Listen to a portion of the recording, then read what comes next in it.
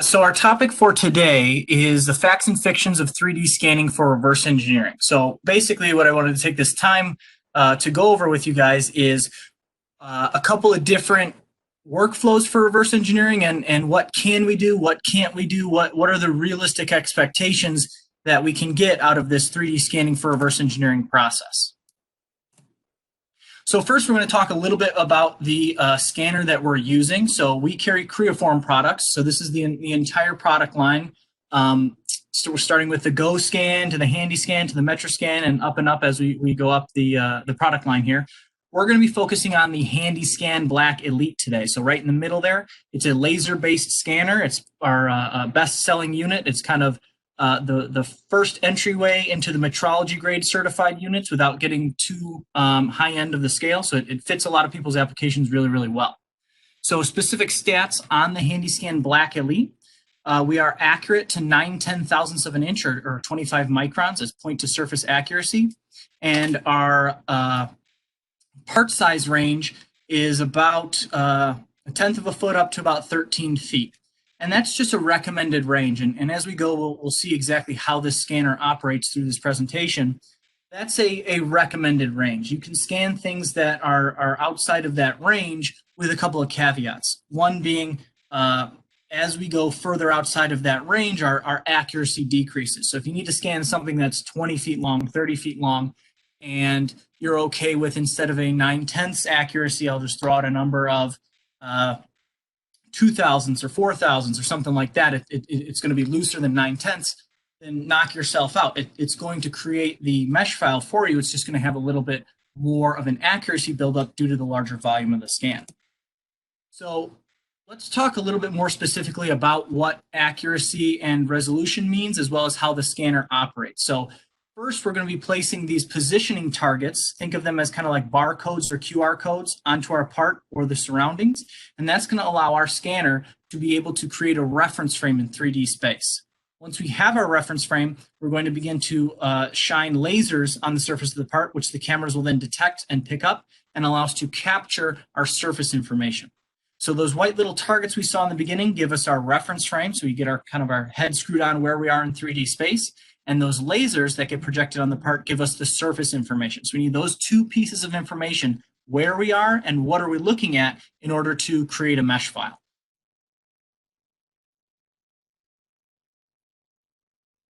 So once we get the reference frame built up, we're going to be placing with those lasers a bunch of these tiny, tiny points all across the surface to our point to surface accuracy. So specifically, what does that mean? So here we're looking at the true nominal top of this part here, right? This is the exact true surface that exists in 3D space. It's something that we can actually never exactly measure. There's always going to be some sort of an error with whatever we try to measure this with. So we're going to try to place with the scanner points as close to that nominal surface as possible. So this is where our 9/10,000ths point to surface accuracy comes into play. So the scanner is going to place some points above, some points below, but all points within that plus or minus 9/10ths. And the reason I'm bringing this up is because depending on where you are in your kind of your process for reverse engineering, if you're just starting out and you don't have that much experience, or if you have a lot more experience, this comes up at different topics of conversation with different customers here, is we need to keep in mind that not only does the part itself have physical defects and imperfections through the manufacturing process, i.e. a 1.0 inch nominal hole is very rarely 1.0000 inches unless we machined the crap out of it. So we need to keep in mind that the part itself has errors, as well as these errors introduced from the actual measurement method itself. And like I said, whatever measurement method you use is going to have some error involved with it. And the general trend is the less error you want, the more money you have to pay. So it's kind of a cost-benefit analysis. How tight do we actually need to get versus what is the cost that we're willing to pay for such performance? So that's point to surface accuracy. Now we have another stat called volumetric accuracy, where we're measuring from a nominal to a nominal. So here it's a 15-inch part. So now we have two areas of uncertainty, whereas before we just had the one point to surface uncertainty. So here it stacks up longer. And this is what I was talking about before, whereas if we go outside of our recommended scan volume, and we go to a 20-foot part, 30-foot part, we're going to get a little bit less accurate as we go along. So that's this volumetric accuracy coming into play there. Some more stats about the scanner. We have 11 blue laser crosses to pick up a wide surface area of part that we're scanning all at one time. We're grabbing 1.3 million measurement points per second with this scanner. Like I said, it's the first metrology grade in the lineup. So the GoScan before it is not metrology grade, and then everything after this is metrology grade. You see the different certifications there. You can either have your user level calibration, like we see on the left with our calibration plate, as well as a once a year send the unit in to the manufacturer for a hardware level recertification. The user level certification is just software compensation for any sort of camera drift or anything like that that may occur over regular use. So our reverse engineering project that we're going to be looking at today with the HandyScan Black Elite is this turbo manifold for a Honda Civic that we have here. So you can see that it has some basic geometry that we could definitely do with a manual measurement like a tape measure or a caliper or something like that in terms of the mounting holes and diameters and things like that. But with the piping there, you can see that that's a pretty unique geometry. It's not very symmetric. It's got all different kind of curvatures going on in all three dimensions. So that's something that utilizing the 3D scanner for is going to be very, very valuable in terms of accurately portraying that curvature in our model. So we're going to be looking at two different programs here, VX Model and Geomagic DesignX. We're going to look at differences in workflows, capabilities, and user experience. So the first one we're going to look at is VX Model. So just taking a step back here to recollect how the scanner operates. We've got targets on the surface of the part. The scanner collects that target information to create a reference frame, and then our lasers give us the surface of the part. So for this particular part, this is how we're going to set this up. I'm going to place targets on the part, again, in order to build up our reference frame so we can see where we are in 3D space here. General rule of thumb is we need to have about 5 to 6 targets visible at all times to the scanner in order for it to correctly orient itself in 3D space. So that's kind of the spacing guidelines I'm loosely using as I go and place targets on this part.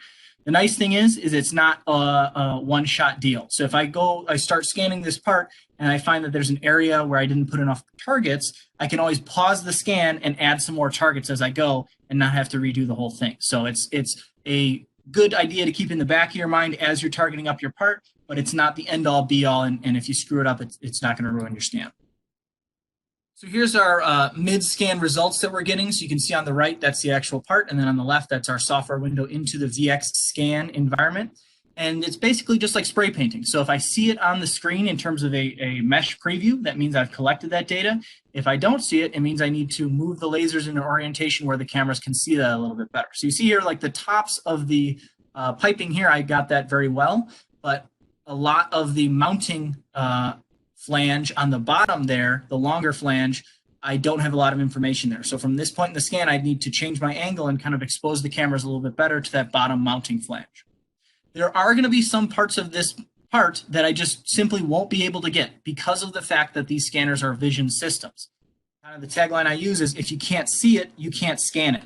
So for instance, with the part sitting on the table as it is, I cannot get the bottom, the actual mating surface of that larger mounting flange because it's in contact with the table. I can't see through the table. I don't want to move my part around while I'm doing it. I can't get that information in this orientation for a scan. So you can see here on the left is the area that was facing up on the table that I could expose with the lasers very easily. And on the bottom was all the areas that I couldn't get a good view of with the lasers because it was facing the bottom of the table. The fix there is to follow up with a second scan with the part in a different orientation. So now I kind of tipped the part forward so it was laying on that rectangular face and exposing a lot more of that geometry from underneath so that the scanner could grab that geometry. Now I've got 80% of the geometry I need here, and I've got 80% of the geometry I need here, but if we merge them together, I now have 100% of the geometry that I need. So I can combine those two scans together, those two data sets, in order to create a full data set of this scan, as I need everything for my reverse engineering project.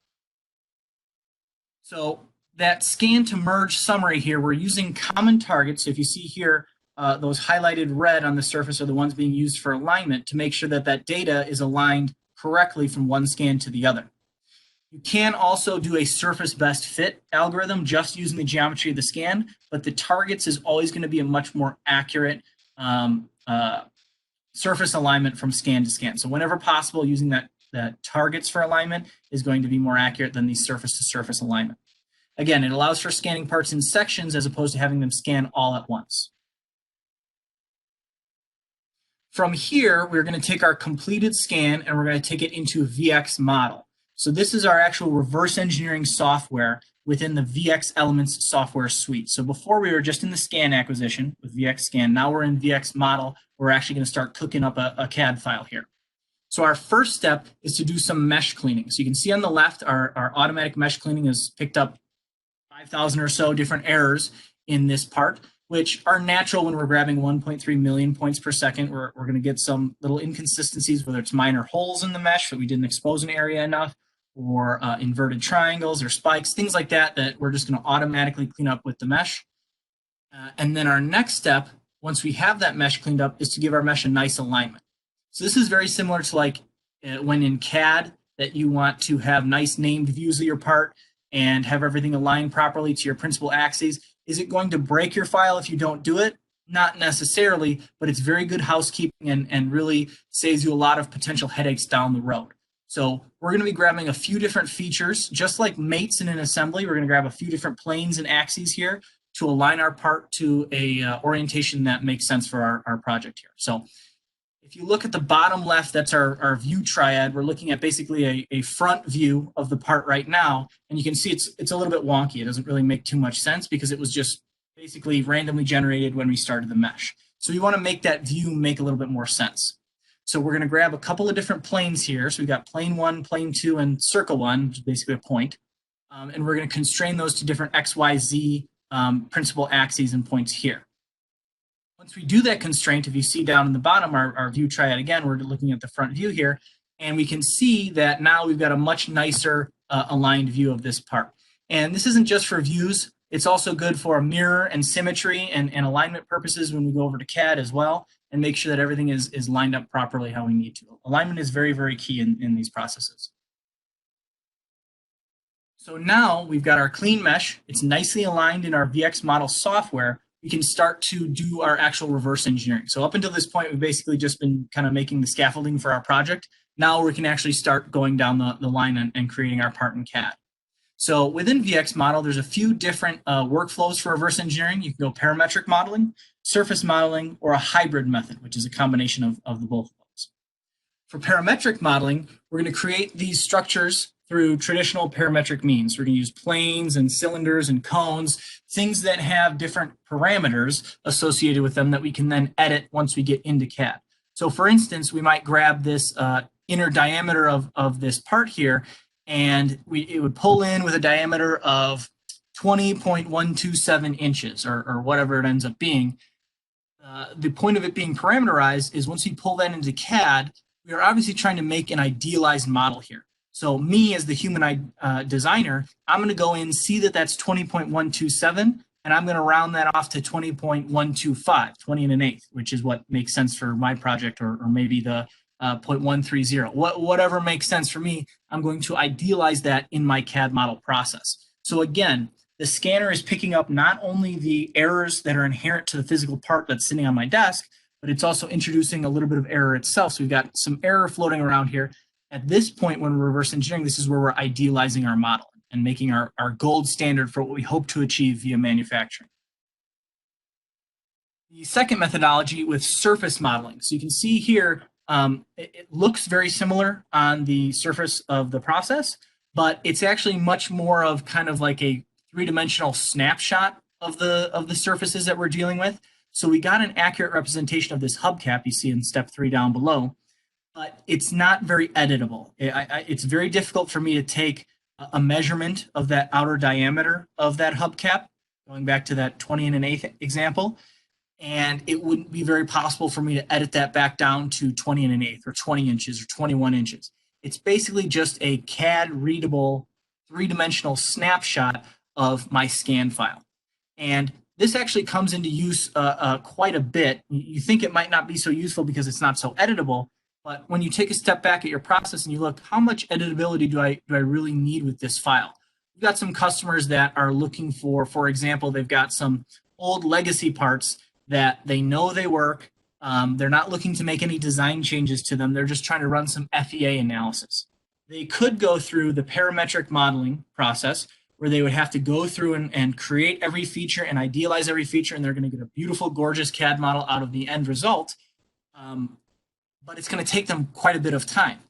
Whereas if they go with this surface modeling technique, they can just, like I said, snapshot all the surfaces of the mesh, create a accurate to life representation of that part. Again, not idealized, but it's accurate to what is sitting on their desk in front of them, and use that to run FEA analysis. I call this pretty much the quick and dirty method. It gets me the information I need for the FEA analysis without burning hours and hours of engineering time to get a bunch of bells and whistles in my file that I actually don't end up needing after all. So 2 different workflows there. For our workflow, we're going to use parametric. We're going to use the hybrid method. We're going to use parametric for all the mounting hole locations. It's very basic geometry, right? Circles and cylinders and planes and things like that. But we're going to use surfacing for those pipes. Again, just a snapshot of the pipes that we have here, but we can pull those bodies into CAD and combine them to create this hybrid file that we have here. So using the VxModel software workflow, we've got this accurate to life part. We can tweak the mounting holes. We can tweak the mounting flanges. We can't really tweak the pipe routings too much, as well as it can kind of get a little bit finicky with this kind of quick and dirty surfacing to do shelling. For example, on this particular model, sometimes I am able to do shelling, but on this particular model, I wasn't able to shell it properly just because of the way the curvature was of the surface. So if I was just looking for a fit up within my assembly, this is a great CAD file to use for that. Now, if I was looking to have this CAD file and maybe I want to make the pipes longer or curve in a different direction, or I totally want to twist where the inlet is, this CAD file would be very difficult to work with. So it's kind of how much effort and how much functionality do I need out of this file for what I'm trying to accomplish. So looking at our next software package with Geomagic DesignX versus we were just talking about VxModel, it's a little bit more involved, has a little bit more power behind it as a reverse engineering package at, of course, an increased cost and increased training time. So one of the biggest and kind of main differences, in my opinion, between VxModel and Geomagic DesignX is that Geomagic DesignX has a CAD software backbone. So it's basically like there's a CAD program within your scanning software that allows you to create and interact with the mesh in a very CAD-driven way, whereas VxModel, like I said, is a lot more kind of 3D snapshot transfer over to CAD sort of a program. Geomagic DesignX is compatible with all these different CAD programs, so it has a lot more CAD options than VxModel does. And here's an example of what I'm talking about with a CAD backbone. So we have our scan on the left, and all those different colors are different automatically detected different curvatures of different surfaces. And you can see just using the mesh as a reference right within this file, we can automatically detect all the different areas of curvature for our revolve function that we're going to spit out with our CAD model on the right. So we use the organic mesh data to fit a perfect, an idealized CAD model off of that information. We can also use this for single patch surfacing. So this is a function available in VxModel, but here in Geomagic DesignX, all of these little patches of surfacing are a lot more editable. They snap parameters to these surface patches here that I can then go back and say, okay, the radius of curvature of this surface here measured 25.7 millimeters. I'm going to round that up to 26 millimeters for my final CAD file, things like that. It creates a feature tree for you following design intent. Again, something that VxModel doesn't have. That's a really, really nice feature for this fully parametric CAD backbone software. Another great feature, especially for this kind of a project that we're using here, is the pipe functionality. So if you recall from our VxModel, we were just kind of slapping square surface patches onto our curvature of our pipes. Here, we can automatically detect the cross section as well as the center line routing of that pipe via splines. And then you see the final CAD file we get on the right is a very, very nice pipe function as opposed to just slapping a bunch of square surfaces all over that for a best fit. Now we can take that center line and we can tweak it in different directions. We can take that pipe profile, if we wanted to go to a larger diameter pipe profile, we can tweak that as well. So using Geomagic DesignX, you can see a look at the file that we're able to produce here. It's a lot cleaner, much more editable of a file at, like I said, higher cost for the software and steeper learning curve to get your guys up and running. So in summary, here's our comparison. You can see the difference. We'll call the one on the left is a reference, kind of quick and dirty, versus the more involved, much more editable DesignX file on the right. So you can see kind of the limitations based on the hardware, based on the software, based on the workflow you choose, and also to keep in mind of what do we actually need? What are we trying to do here? Do we really need that fully editable file on the right? Or are we just looking to run an FEA analysis on something and we're not trying to make any tweaks or anything like that? The model on the left would work really, really well for that. So I'm going to open it up to questions. How do we want to do questions, Jeremy, in the chat, or did we get any questions coming through as the presentation? Yeah, there's a couple over there, but yeah, if you have any questions, definitely use the chat window. And my name over here on the side is just CATI. Can you speak to the time it took to reverse engineer that in both the systems, and maybe talk about I guess how are they saying this? Talk about some of the editable things you had available to you in DesignX as opposed to not being able to edit in VX Model. Mm-hmm. Can you guys see my mouse on the screen? Yep. Okay. So for reference, for reverse engineering the VX model, this was I'll call it like about 3 hours probably. If you included the scan, call it 3.5 hours from start to finish. So half a day. I actually did not do it. Bob did this one of the DesignX. So I could check with him, see it should be a similar or slightly quicker time. This is a pretty complex curvature geometry here. So there are a lot of areas where DesignX is going to speed up your workflow. When it's more complex geometry like this, it's less about speed and more about creating a totally different file type where you actually can edit the routings of the pipes and things like that. So for purposes here, let's say they both took half a day. I can follow up with Bob and he could tell me it took him an hour or it took him 8 hours or whatever and ended up taking him, but I feel pretty confident saying half a day for that one. And in terms of what's editable for each file, so pretty much anything that doesn't have this checkerboard pattern on here is editable. So I can change the diameter of these holes, I can change the location of these holes, I can change the cross-section profile of this mounting flange, again, the diameter location of these holes, all this kind of stuff, everything that I kind of say it as looks like a normal SolidWorks file, you can tweak and edit. All this stuff is that kind of snapshot surface body from VX model that you can technically edit it like with direct editing with SolidWorks, but it's like playing with clay and it isn't really great. So for all intents and purposes, it's uneditable. Whereas on the right, obviously everything that is editable on the left is editable on the right as well. In addition to, like I said, the center lines of these pipes, as well as the cross-section profile of these pipes. So you can really play with, okay, I want to mount it to a different type of engine that has this kind of hole spacing. I can do that. Okay, I need to move this inlet up further because it's going to be contacting thing. I can move the inlet up as well as change the pipes so that they're still attached to the inlet when they get there. So between these two files, the main thing is the center lines of the pipes as well as the diameter of the pipes, editable in DesignX versus not in VX model. What about the file sizes between the two types? That is a good question. In terms of CAD files, they should be very, very similar. Let me get back to you. I could look at them, but I'd have to close out the program or the presentation. But Sure they should be very, very similar. It's not like there's going to be a huge, huge difference. If anything, I would imagine the VX model one would be a little bit larger of a file type because all that surface information is captured on basically like a point-to-point basis, whereas this is a sweep function. So it just has a center line and a cross-section, then extrapolates from there. Sure. So we have a question here. I'm going to see if I can ask this. So if they want to use VX model today and do the reverse engineering, are they able to use DesignX a year from now? You know, maybe they want to upgrade down the road. What would that workflow look like? Yes.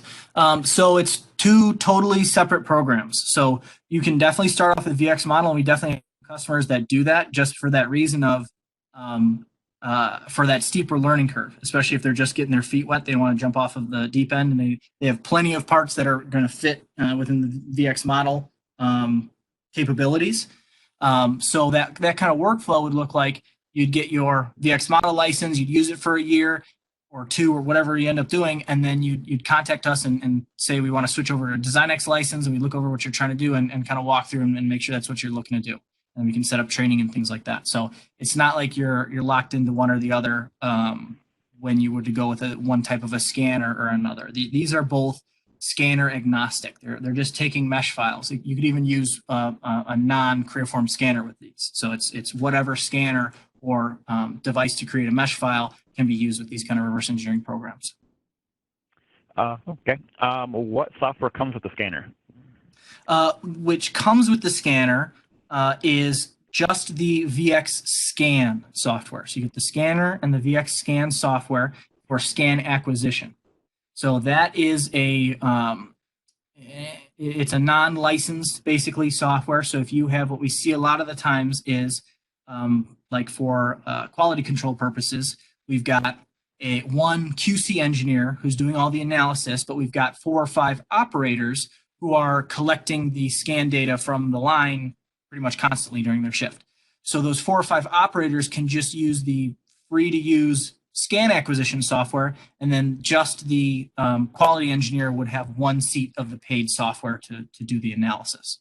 So, and there's always different promotions going on. Like I'm not sure if one is still going on where VX Model was bundled or not, or what's going on with that, but it all depends on what you're trying to do, as well as what your workflow is looking like. Are you trying to take this out on site? Are you having it where one network license needs to be shared by multiple users? There's a bunch of different ways to configure the licensing. Sure. How does it do in tight spaces? Will it pick up tight grooves, for example, a worm gear or a thread? Yes. So our limiting factor there is our scan resolution.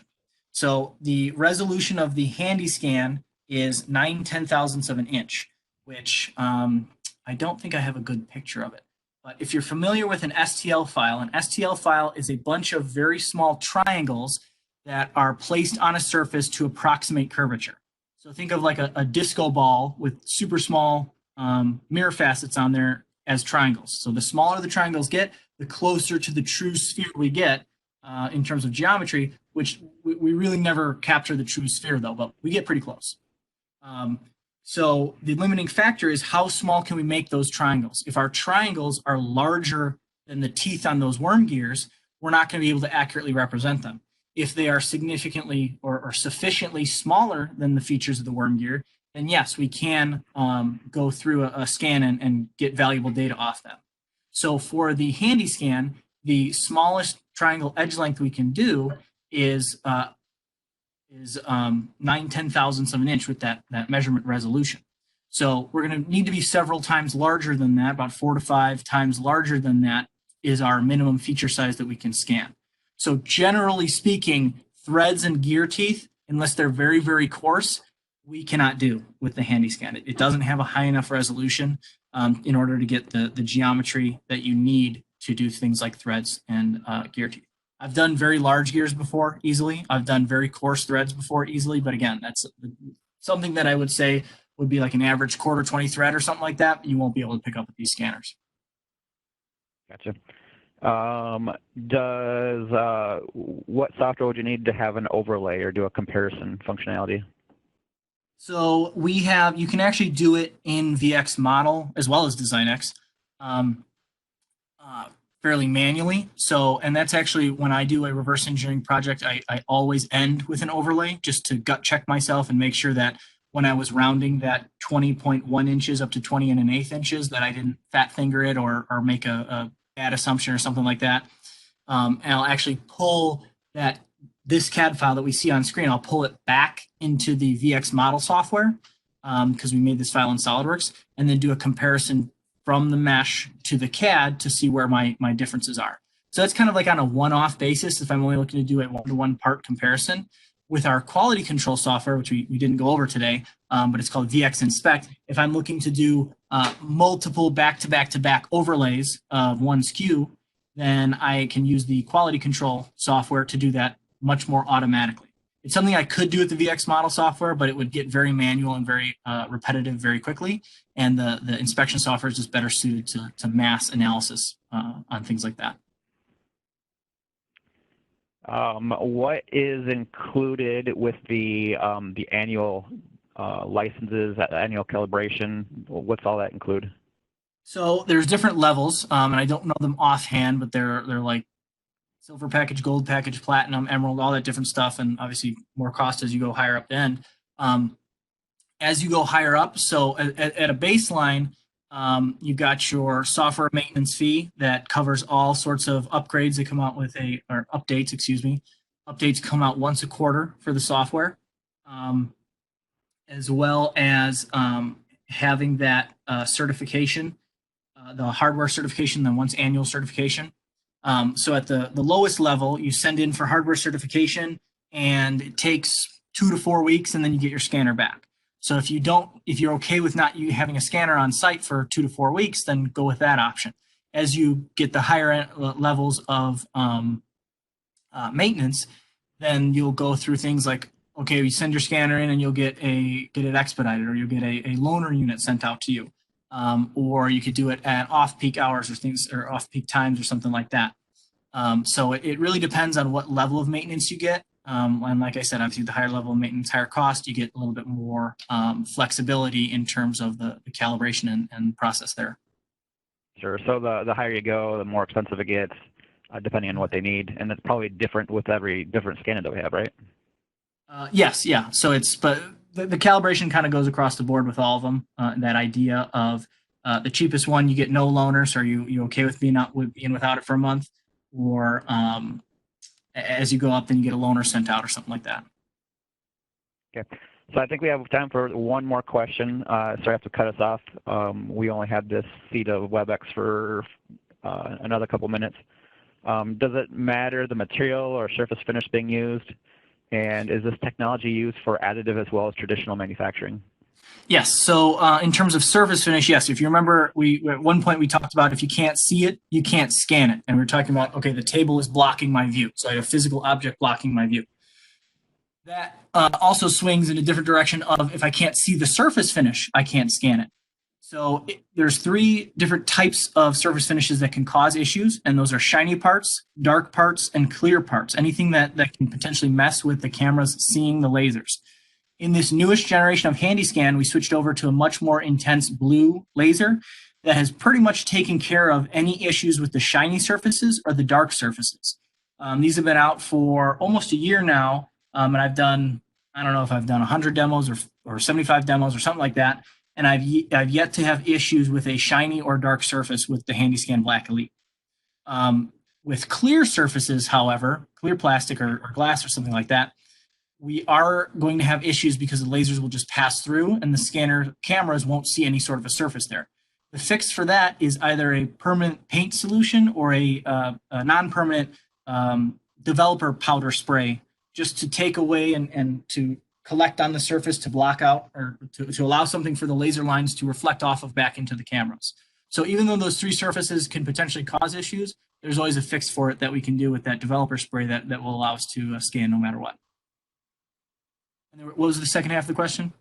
Is this technology used for additive as well as traditional manufacturing? Yeah, definitely. It's for sure. I've done tons of scans on 3D printed parts to do accuracy analysis as well as check them before we send them out to a customer and make sure that they're gonna fit their expectations. So additive or traditional, if it's a part sitting on my desk, and I can scan it. Awesome. All right. Well, I think that'll be it for our questions, and I do want to thank everybody for joining us today and taking time and staying safe and staying inside with us. We will be having and hosting multiple webinars over the next couple of months. Definitely check out our website for a listing of those and sign up for all you can. I guess that's it. Any other words, Cullen? No, thanks, Jeremy. All right, guys. Make it a great day. We'll see you in the next one. Have a good one.